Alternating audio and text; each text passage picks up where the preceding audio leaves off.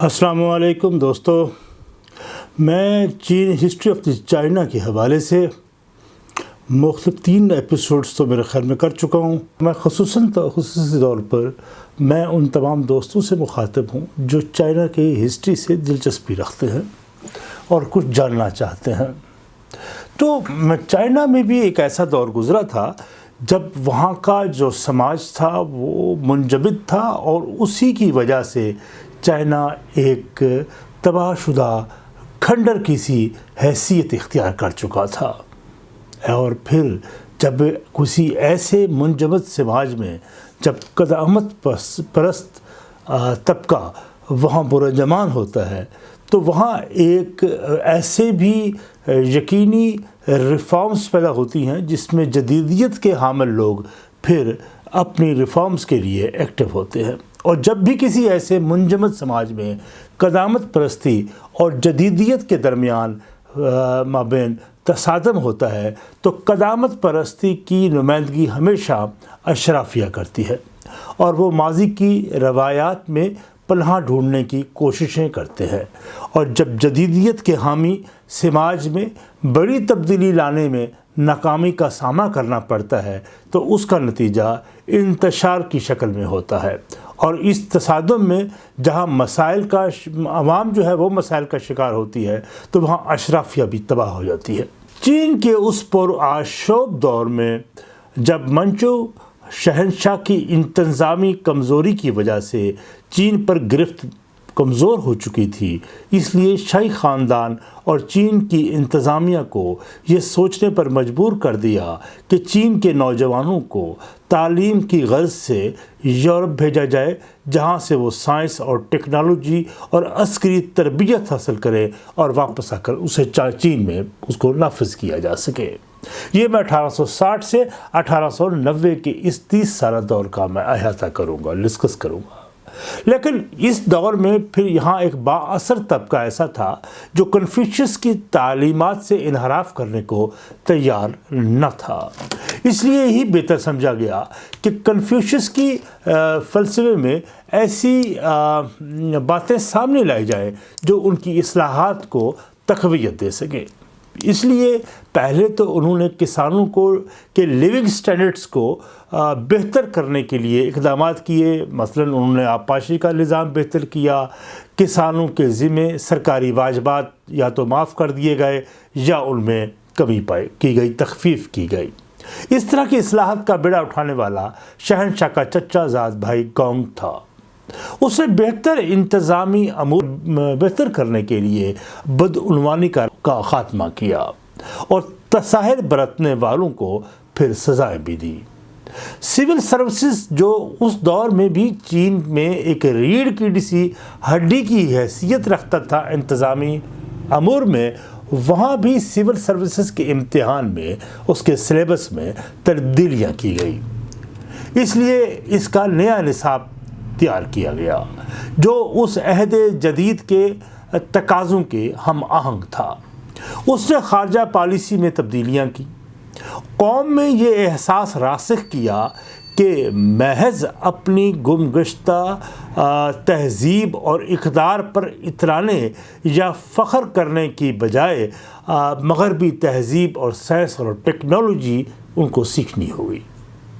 اس نے مغربی تہذیب کے متعلق اہم بات عوام کے سامنے رکھی کہ مغربی تہذیب اس لیے اہمیت کی حامل ہے کہ یہ بدلتے ہوئے حالات میں نت نئے افکار پیدا کرنے کی اہلیت رکھتی ہے، نت نئے ایجادات سے اپنے سیاسی، معاشی، سماجی اور معاشی مسائل پر قابو پانے کے لیے اس کے اندر صلاحیت ہے۔ ان کی ترقی کا سبب علم ریاضی اور دوسرے سائنسی علوم ہیں، لہٰذا چین کو اس سے سبق سیکھنا چاہیے اور ماضی کی روایات اور فرسودہ فلسفے سے نجات پا کر مغربی تہذیب کے بنیادی اصول اختیار کرنے ہوں گے۔ اس طرح چین کی عسکری طاقت کو بڑھانے کے لیے جدید اسلحہ سازی، حکمت عملی اختیار کرنے پر زور دیا گیا۔ یہی وجہ ہے کہ چین میں پہلی بار جدید اسلحہ فیکٹری کا قیام عمل میں لایا گیا۔ خارجہ پالیسی کو مؤثر بنانے کے لیے یورپین زبانیں جن میں انگریزی اور فرانسیسی قابل ذکر ہیں سیکھنے کی ابتدا کی گئی۔ ریاست کی جانب سے پہلی بار پبلک ٹرانسپورٹ کا بندوبست کیا گیا اور پہلی بار چائنا میں ریلوے لائنز بچھائی گئی تاکہ مواصلات کا نظام تیز کیا جا سکے۔ اس طرح کی اصلاحات نے چین کے منجمد اور ٹھہرے ہوئے سماج میں ہلچل مچا دی اور یوں چین میں ذہن بدلنے کا آغاز ہوا۔ لوگ روایتی انداز سے سوچنے اور اس کو سمجھنے اور نتیجہ اخذ کرنے سے دور ہوتے چلے گئے اور اقلیت کے بنیاد پر پرکھنے کا رواج پڑا۔ اگرچہ ان انقلابی نوعیت کی اصلاحات نے قدامت پسند حلقوں میں زلزلہ پیدا کر دیا، ان کی طرف سے سخت مزاحمت کا پھر سامنا بھی جدیدیت کے حامل لوگوں کو کرنا پڑا، کیونکہ روایت پسند کنفیوشس کے حاملین کا موقف تھا کہ محض ایمانداری، دیانتداری، وفاداری، سماجی درجہ بندی سے سماجی ترقی کرتے ہوئے ہم اپنا تحفظ کر سکتے ہیں۔ یہ پسماندہ چینی طبقہ کسی بھی طرح اپنی ہزاروں سالوں کی تہذیب سے، اقدار سے دستبردار ہونے کو تیار نہ تھا۔ وہ اس روایتی طبقے کی مخالفت کی وجہ حقیقت میں یہ بھی تھی کہ انہیں معلوم تھا کہ مغربی تہذیب کے نتیجے میں اصلاحات کی وجہ سے ان کی مراعات اور طاقت کا خاتمہ ہو جائے گا۔ قدامت پرستوں نے ریلوے لائنز بچھانے کی سخت مخالفت کی، بالکل اسی انداز سے جیسے کہ ہندوستان میں مذہبی روایت پسند طبقے نے کمیونیکیشن کے ذرائع کی استعمال کرنے کی مخالفت کی تھی، اور اسے انہوں نے خاص طور پر مسلمانوں میں تو اس کی شدت سے مخالفت کی گئی۔ چین میں یہ اصلاحات مؤثر اس لیے نہ ہو سکیں کیونکہ اسی دقیانوسی طبقے نے اس قدر رکاوٹیں کھڑی کر دیں کہ ان پر عمل درآمد بھی نہ ہو سکا۔ افسر شاہی اور شاہی خاندان اور مذہبی حلقوں میں بدعنوانی کا چلن قائم رہا۔ انہوں نے گزشتہ یورپی اقوام سے تسلسل سے جنگوں اور اس کے نتیجے میں شکستوں سے کوئی سبق نہ سیکھا۔ یوں 1905 میں چین کو جاپان جیسے چھوٹے سے ملک نے جب حملہ کیا تو انہیں شرمناک شکست سے دوچار کر دیا اور گونگ کی اصلاحات بری طریقے سے ناکام ہو گئیں۔ یہی وہ دور تھا جب دنیا کی عظیم سلطنتوں کے ٹکڑے ہو رہے تھے تو جاپان میں نئی تبدیلیاں رونما ہو رہی تھیں۔ انہوں نے بھی سائنس اور ٹیکنالوجی کی بدولت ترقی کے راستے کا انتخاب کیا تھا۔ انہوں نے مغربی علوم سیکھے، اپنے تئیں سائنس اور ٹیکنالوجی میں برتری حاصل کی۔ اس عہد کو میگی ریسٹوریشنز کہا جاتا ہے، جس کا آغاز 1868 میں ہوا تھا۔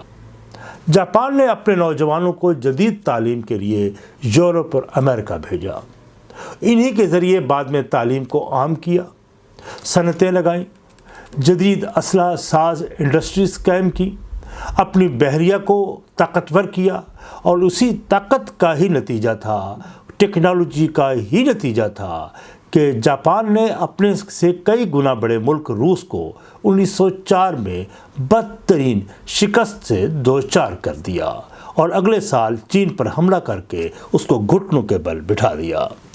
پاکستان کا وہ طبقہ جو قدامت پسندی میں ماضی کے اندھیروں میں پناہ گاہیں ڈھونڈ رہا ہے کہ تاریخ کے اہم ترین باب اور حقیقت سے منہ پھیر کر کب تک خود فریبی میں مبتلا رہے گا۔ جس طرح میں نے عرض کی کہ اس ولاگ میں بھی میں نے یہی بات کہی کہ چین میں اصلاحات کی مخالفت کی گئی اور یہ بھی بتایا کہ کس طرح چین میں حکمران طبقہ اور اشرافیہ میں بھی اپنی ناکامیوں سے سبق سیکھتے ہوئے جدیدیت کی طرف وہ لوگ راغب ہوئے، لیکن انہیں قدامت پرستوں کی جانب سے سخت مخالفت کا سامنا کرنا پڑا۔ یہاں جدیدیت کے حامیوں اور قدامت پرستوں کے مابین مباحثوں کا آغاز ہوا۔ جدیدیت کے حامی فقط مادی ترقی کی حمایت میں دلائل نہیں دے رہے تھے، بلکہ وہ حکومت کی معاملات اور فیصلوں میں عوام کی شرکت کو لازماً قرار دے رہے تھے، یعنی جمہوریت کا راستہ اپنا رہے تھے۔ اس کے حامی تھے کہ جہاں جمہوریت کو کا نفاذ کیا جائے۔ اس لیے وہ کنفیوشس کی تعلیم کے بڑے اہم باب کو نظر انداز کر کے چین کے پرانے اداروں کی جگہ مغربی تہذیب کے طرز پر نئے اداروں کو متعارف کروانا وہ چاہتے تھے۔ مثلا بیوروکریسی میں ان تمام عمر رسیدہ افسران کی جگہ نوجوانوں کو لانے کی اصلاحات لائی گئیں۔ اس دور میں چین میں جو بیوروکریسی کا جو انتظامی امور تھے، سول سروسز جیسا کہتے ہیں، وہ 90 سال کے بوڑھے بھی وہاں ایڈمنسٹریشن کے اوپر رہتے تھے اور نوجوانوں کو موقع نہیں ملتا تھا، اور تا مرگ جب تک وہ مرتے نہیں تھے اس وقت تک ان کو ان کے عہدے پر بٹھایا جاتا تھا۔ وہ سمجھتے تھے جتنا یہ بوڑھا ہو چکا ہے اتنا ہی زیادہ اس کے پاس تجربہ ہو گیا ہے، اور انتظامی امور میں اس کے پاس اچھا خاصا تجربہ ہے اور یہ بہتر انداز سے اس کو چلا سکتا ہے۔ اگرچہ یہ وہ فعال نہیں ہو سکتے تھے اور وہ ایکٹیو فارم پہ کام نہیں کر سکتے تھے۔ بہرحال جب جدیدیت کے حامی حکومت نے اور کچھ طبقے نے مغربی طرز پر پکنگ یونیورسٹی قائم کی تو پہلی بار آپ کو حیرانگی ہوگی کہ روزنامہ اخبار کی اشاعت کا آغاز ہوا، اس سے پہلے نہیں تھا۔ خارجہ پالیسی بنانے کے لیے ان لوگوں کی خدمات لی گئیں جنہوں نے یورپ سے تعلیم حاصل کر رکھی تھی۔ ابھی ان اصلاحات کی ابتدا ہی تھی کہ قدامت پرست پارٹی کے سربراہ سوشی نے ان کی مخالفت شروع کر دی۔